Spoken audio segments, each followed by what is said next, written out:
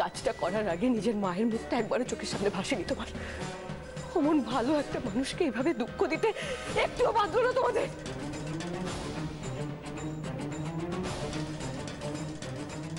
আমার মাথায় হাত দিয়ে বল, আমার বাণীর বিয়ের যাবতীয় খরচা তোর মামু করবে, আর তুই তাতে কোনো বাধা দিবি না। প্লিজ বর্দিমা, আমাকে দিয়ে এভাবে প্রতিজ্ঞা করিও না। আমায় তুই কথা দে মিছরি, আমার মাথা ছুঁয়ে তুই কথা দে।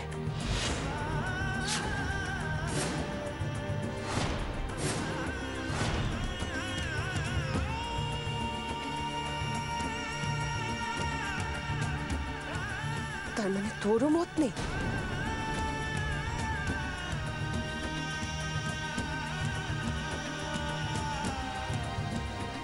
তুইও চাস না জয়ন্তর টাকায় বাণীর বিয়েটা হোক?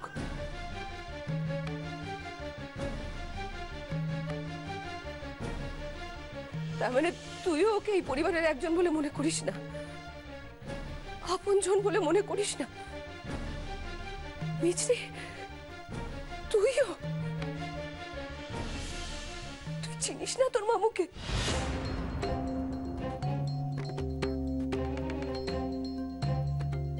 পরিবারের প্রত্যেকের জন্য যার এত চিন্তা, এতটা ভালোবাসা, তার আজ এই পাওনা ছিল তোর কাছ থেকে?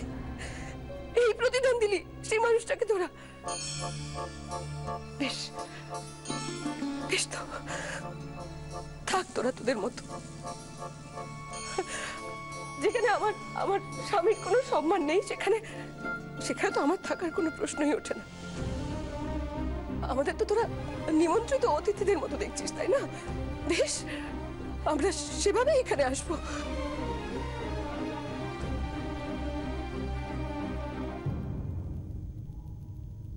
বাণীর বিয়েতে নিমন্ত্রিত অতিথির মতো প্রেজেন্টেশন দিয়ে আশীর্বাদ করে চলে যাব। চুপ করো বর্দিমা, তুমি চুপ করো। আমি যে আর তোমার এই অবস্থা সহ্য করতে পারছি না। আমি কি করে বলবো মানুষটাকে? কি করে বলবো? কত আনন্দ করছে বাণীর বিয়ে নিয়ে, তার কত আনন্দ।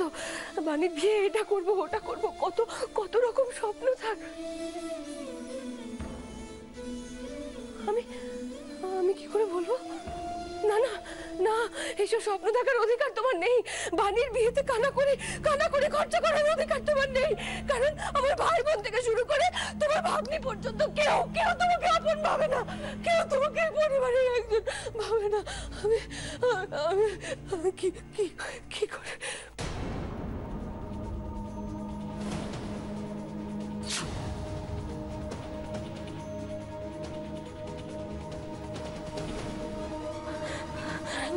বর্দিমা, নীলা দিদা, বর্দিমা কেমন করছে?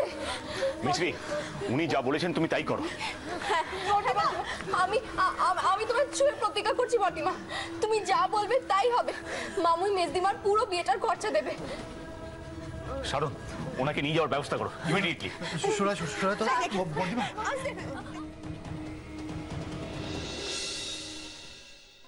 নীলাদ্রিতা, বর্দিমাকে কেমন দেখলে? যা ওষুধ দেবার আমি দিয়ে দিয়েছি।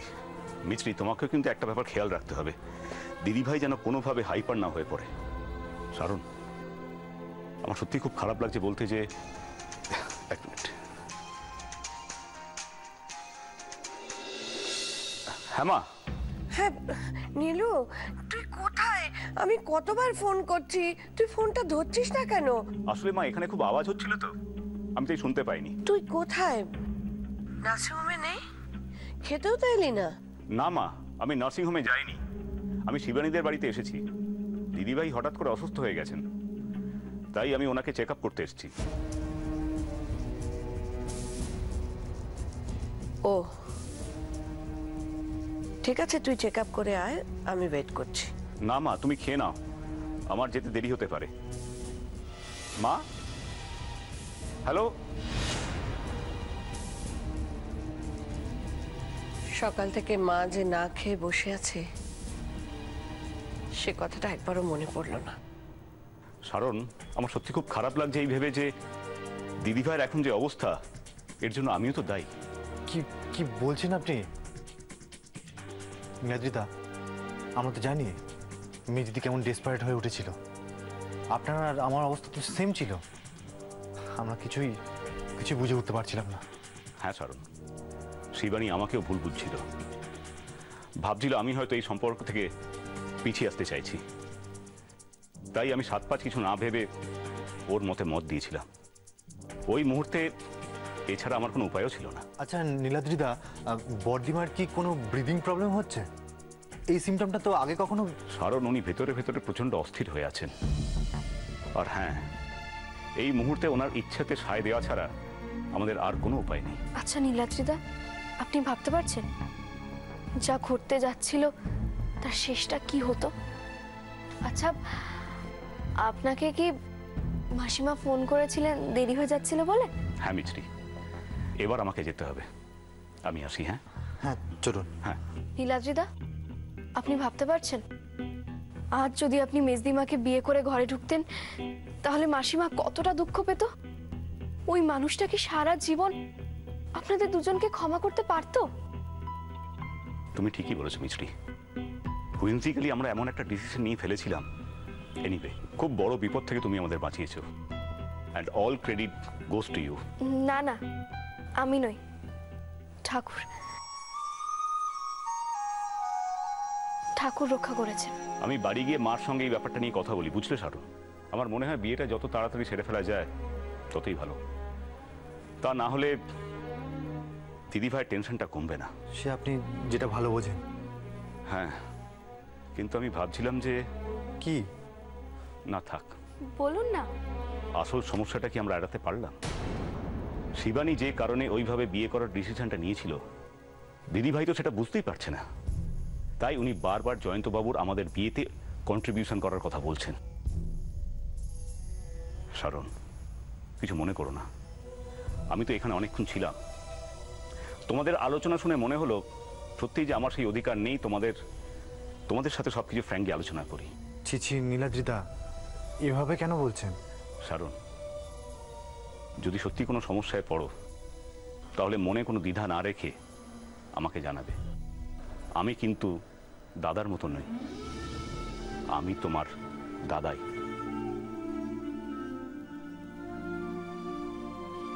এনিওয়ে, এবার আমি আসি, কেমন?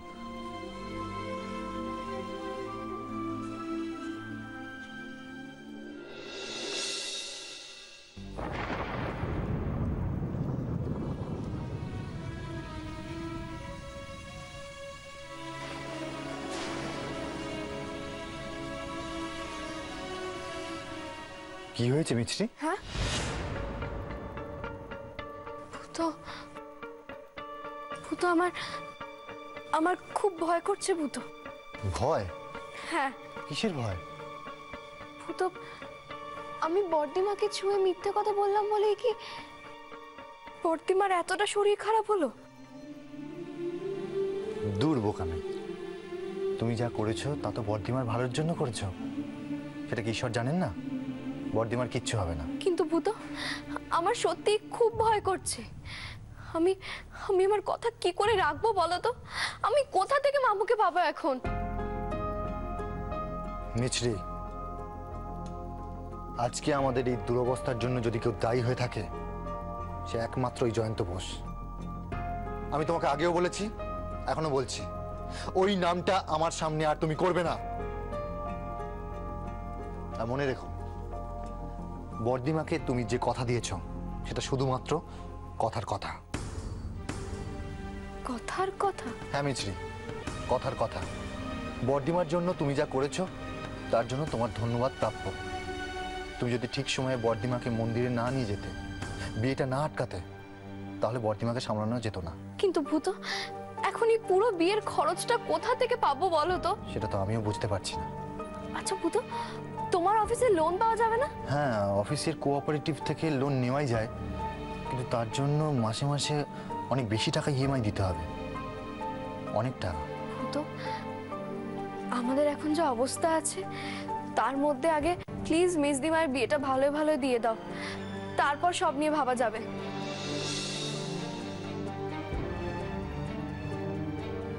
কি গো,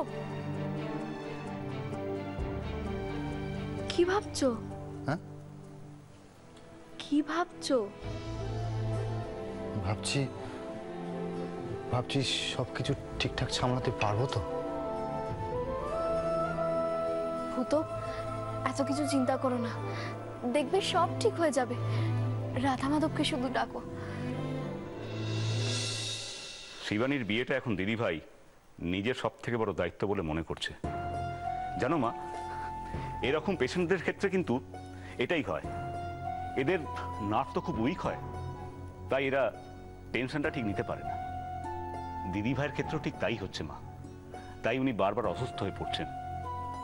আমি ডক্টর হিসেবে ওদের প্রেসক্রাইব করে এসেছি যে যত তাড়াতাড়ি সম্ভব দিদিভাইকে টেনশন মুক্ত করতে হবে। তা আমাকে কি করতে হবে? মা, তুমি এভাবে কথা বলছো কেন? কেন, কিভাবে কথা বলছি? মা, তুমি হয়তো ভুলে যাচ্ছ যে আমি তোমার ছেলে। তুমি কোন ব্যাপারে কিভাবে রিয়্যাক্ট করো সেটা আমি জানি। আমার মনে কোনো কিছু নিয়ে কোনো ক্ষোভ নেই নীলু। তাহলে তুমি শিবানী আর আমার বিয়েটা মন থেকে মেনে নিচ্ছ তো মা? শিবানীর সঙ্গে ঘর করবি তুই, সেখানে আমার মেনে নেওয়া না মেনে নেওয়ায় কি কিছু যায় আসে নীলু? তুই সুখী হলেই আমি সুখী হব। শুধু একটা অনুরোধ বাবা, নিজেকে কোনোদিন বিকিয়ে দিস না। মা, আমাকে দেখে কি তোমার তাই মনে হচ্ছে? ভয় হয় রে নীলু, ভয় হয়। তুই তো জানিস বাবা, আমি মিথ্যে কথা বলা পছন্দ করি না। না হলে তো সেই প্রথম দিনই তোর মন রাখার জন্য আমি বলতে পারতাম যে তোর সিদ্ধান্তে আমি খুশি হয়েছি। তোমার সংশয়টা কি নিয়ে মা? ওদের পরিবার নিয়ে তো? আমি কথা দিচ্ছি, শিবানী ওর ব্যবহার দিয়ে, ওর ভালোবাসা দিয়ে তোমার মন থেকে এই সংশয়টা মুছে দেবে। আমি তোর জন্য খাবার গরম করি। মা, যে কথাটা বলা হলো না মা, বলছি যে আমাদের কিন্তু আর 1 মাস ওয়েট করা যাবে না মা। দিদিভাই না হলে আবার অসুস্থ হয়ে পড়বে। বিয়েটা খুব তাড়াতাড়ি সেরে ফেলতে হবে মা। যদি সম্ভব হয় এই মাসে যদি কোনো ভালো ডেট থাকে তাহলে। এই মাসে? হ্যাঁ, এই মাসে। নীলু, তোর বিয়ের তারিখ দেখবার জন্য ঠাকুরমশাইকে আমি বলেছিলাম, উনি একটা লিস্ট পাঠিয়ে দিয়েছেন আমাকে। আর সেই লিস্ট অনুযায়ী এই মাসে একটা মাত্র ভালো দিন আছে। মা, এতে সমস্যাটা কোথায়? সমস্যা মানে নীলু, সেই দিনটা হলো এই শুক্রবার, মানে সামনে শুক্রবার। তাহলে সেই দিনই ব্যবস্থা করো। এটা কি করে সম্ভব? অনুষ্ঠান করে বিয়ে, তাতে অনেক কাজ থাকে বাবা। মাত্র এই কদিনের মধ্যে। মা, তুমি এসব নিয়ে একদম টেনশন করো না, আমি তো আছি। দেখো, ছোট মামাকে, কিষাণুদাকে, আশিসদাকে যদি একবার খবরটা দিয়ে দিই না, তাহলে দেখবে 2 দিনের মধ্যে সব কিছু ওরা ব্যবস্থা করে ফেলবে। মা, আর কোনো উপায় নেই মা। তুমি তো জানো আমার পেশেন্টের ভালো মন্দের চেয়ে বড় আমার কাছে আর কিচ্ছু নেই। মা, আমি ঘরে যাচ্ছি, খাবারটা রেডি হয়ে গেলাম, আর ডেকো কেমন?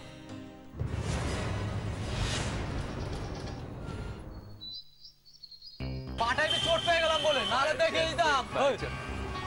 আসছে। আরে ভূতো, কোথায় গেছিলি রে? চল চাপা খেয়ে যা। না রে, আমি একটু আগে চা খেয়েছি। আরে বস না চল একটু চা খেয়ে বস। এই ভূতো, কাল তোদের বাড়িতে বেশ বাওয়ার লেগেছিল, কি নিয়ে রে? ও কিছু না, আমি চলি রে, আমার বেরোতে হবে। ও যাবে, তবে চাঁদাটা দাও। গুরু, তোমার কিন্তু হেভি এলেম আছে। 2 মাসের মধ্যে 3-3টে বিয়ে নামিয়ে দিলে, 2টো দিদি, আমার নিজের। জামাই বাবুগুলো তো মাল্লার, এটা তো ডাক্তার। ঠিক করে বিয়ে হচ্ছে নাকি ভাব পাতিয়ে? তবে যাই বল ভাই, ওই মালদার পার্টিগুলোর না বিবেক টিবেক বলে কিচ্ছু নেই। বুঝতো, এটা আবার সেই বড় জামাইয়ের মতো কেস হবে না তো, যে বিয়ে করতে আসবো বলে আবার কেটে ফেটে পড়বে না তো? এই নে, তোদের চাঁদাটা ধর। এই নে। আরে দাঁড়া, আগের বার তোদের বাড়ির লোকেদের জন্য আমরা কিচ্ছু বলিনি, না হলে না আমি আমি আসছি। আচ্ছা ঠিক আছে, আয়। চলো এবার কাজে লেগে পড়ি। এই চল চল চল।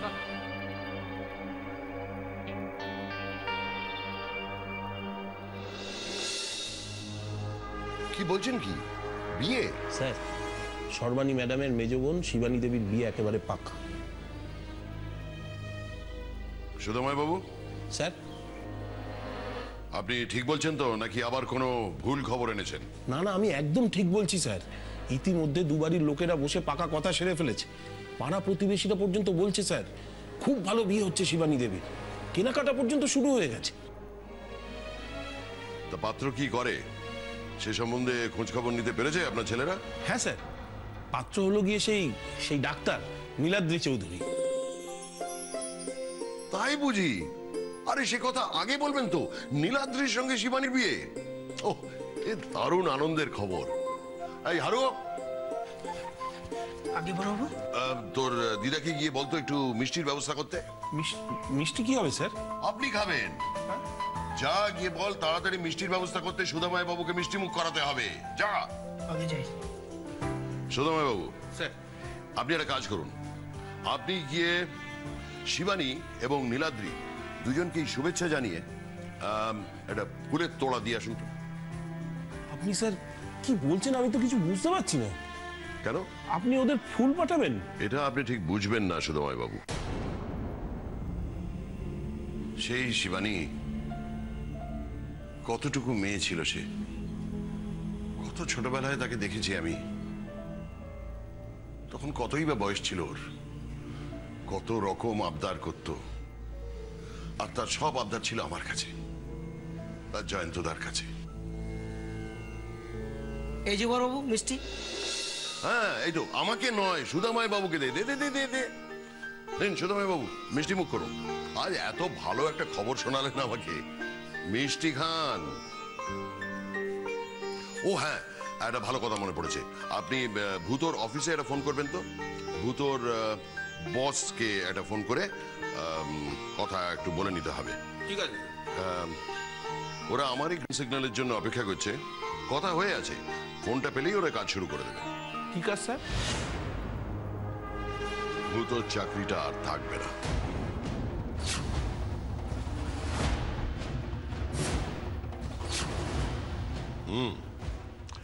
ভূতোর চাকরি যাওয়ার এইটাই হচ্ছে উপযুক্ত সময়। এসব আপনি কি বলছেন স্যার? বাড়িতে দিদির বিয়ে আর এই সময় ভূত স্যার চাকরি খোয়াবে? হ্যাঁ, আপনি তো বলেন শিবানী দেবীকে আপনি কত স্নেহ করেন, অথচ তার বিয়ের সময় তার বাড়িতে এত বড় একটা পারিবারিক বিপর্যয় কেন ঘটাচ্ছেন স্যার? ভূতোর চাকরিটা যাতে না থাকে সে ব্যবস্থা আমি নিজে করেছি, আর তার জন্য শিবানীর বিয়ের কোনো ব্যাঘাত ঘটবে না। স্যার আমি আর ভূতোর তো একটা বাচ্চা ছেলে, সবে চাকরিতে ঢুকেছে, কত টাকাই বা সে মাইনে পায়? বড় জোর 60-70 হাজার টাকা। ওইটুকু টাকায় শিবানীর বিয়ে হবে? কিন্তু আপনি কেন এমন করছেন স্যার? কেন করছি? যাতে ভূতোকে আমার কাছে আসতে হয়, আমার কোম্পানিতে চাকরি নিতে হয়, আর ভূত আসবেই, না হলে সে তার দিদির বিয়ে দেবে কেমন করে? স্যার, হ্যাঁ, বলছিলাম স্যার আপনি কেন এসব করছেন? এসব কথা আপনি বুঝবেন না সুধাময় বাবু, তার চেয়ে বরং আপনি মিষ্টিগুলো শেষ করুন, আর ফুল ওটা যেন ভুল না হয়। দিদা, কি তোমায় একটা কথা জিজ্ঞাসা করবো? ওই যে সেক্রেটারি বাবু এসেছিলেন, তোমার থেকে মিষ্টি নিয়ে গেলাম, কেন বলো তো? কেন? ওই শিবানী না কে তোমাদের আছে, তার বিয়ে। বড়বাবু তো কি খুশি খুশি, আমায় বললে যা তো দিদার থেকে মিষ্টি নিয়ে আয়, ওই সেক্রেটারি বাবু কি একটা ভালো খবর নিয়ে এসেছে। ও মা, বলিস কি রে? শিবানীর বিয়ে? আর জয়ন্ত আনন্দ পাবে না? পাবেই তো। তারপর শোনো না, বড়বাবু বললেন ওই শিবানীর ভাইয়ের চাকরিটাই খেয়ে নিতে। দিদির বিয়ের সময় ভাইটাকে পুরো বেকার করে দিল। বড়বাবু যে এমনটা কেন করলো বুঝলাম না। তুই যা রান্নাটা দেখ। ঠিক আছে দিদি।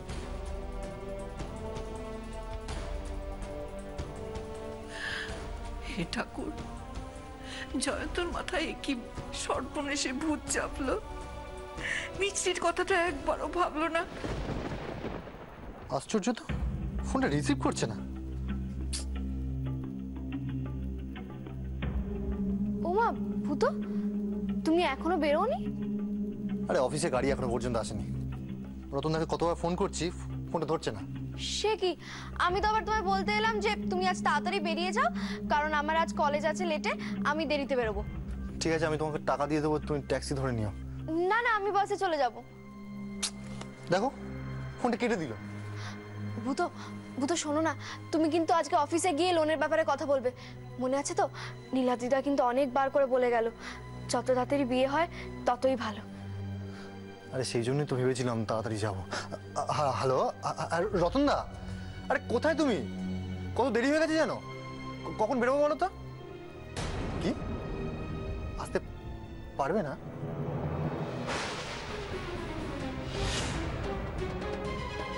হ্যালো, কি হয়েছে?